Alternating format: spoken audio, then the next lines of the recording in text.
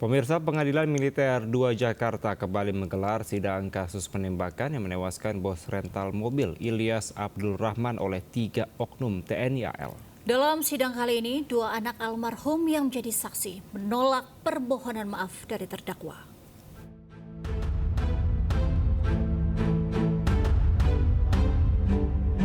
Dua anak bos rental mobil, Agam Muhammad Narsudin dan Rizky Agam Saputra, menghadiri sidang sebagai saksi dalam kasus penembakan yang menewaskan ayahnya, Ilyas Abdul Rahman, di res area Jalan Tol Jakarta Merak.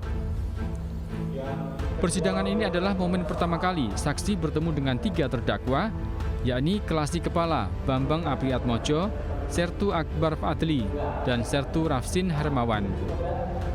Dalam persidangan, terdakwa menyampaikan permohonan maaf melalui hakim ketua, namun ditolak oleh anak Ilyas.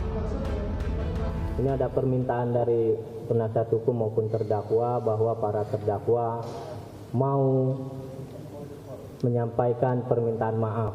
Ya, saya jelaskan permintaan maaf ini bukan berarti menghilangkan tindak pidana yang dilakukan oleh para terdakwa. Ya, sekarang saya tanya apakah saksi 1 dan saksi 2 berkenan atas permintaan maaf dari terdakwa. Setelah perkara ini selesai, baru boleh minta maaf Yang Mulia. Begitu ya?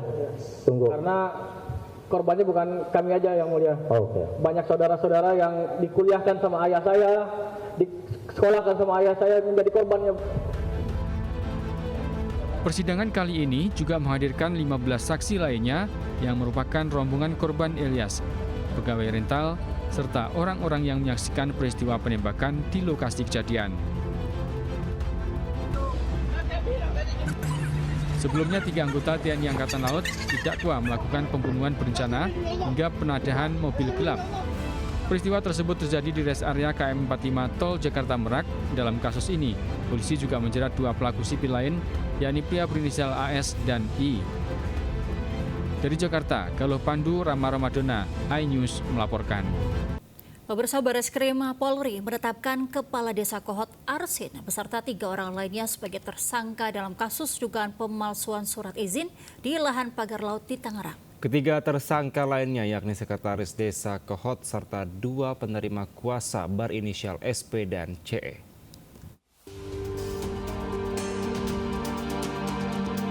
Kasus proyek pagar laut yang membentang sepanjang 30 km di Tangerang, Banten mulai babak baru. Bareskrim Polri telah menetapkan Kepala Desa Kohot Arsin sebagai tersangka dalam kasus dugaan pemalsuan surat izin di lahan pagar laut di Tangerang.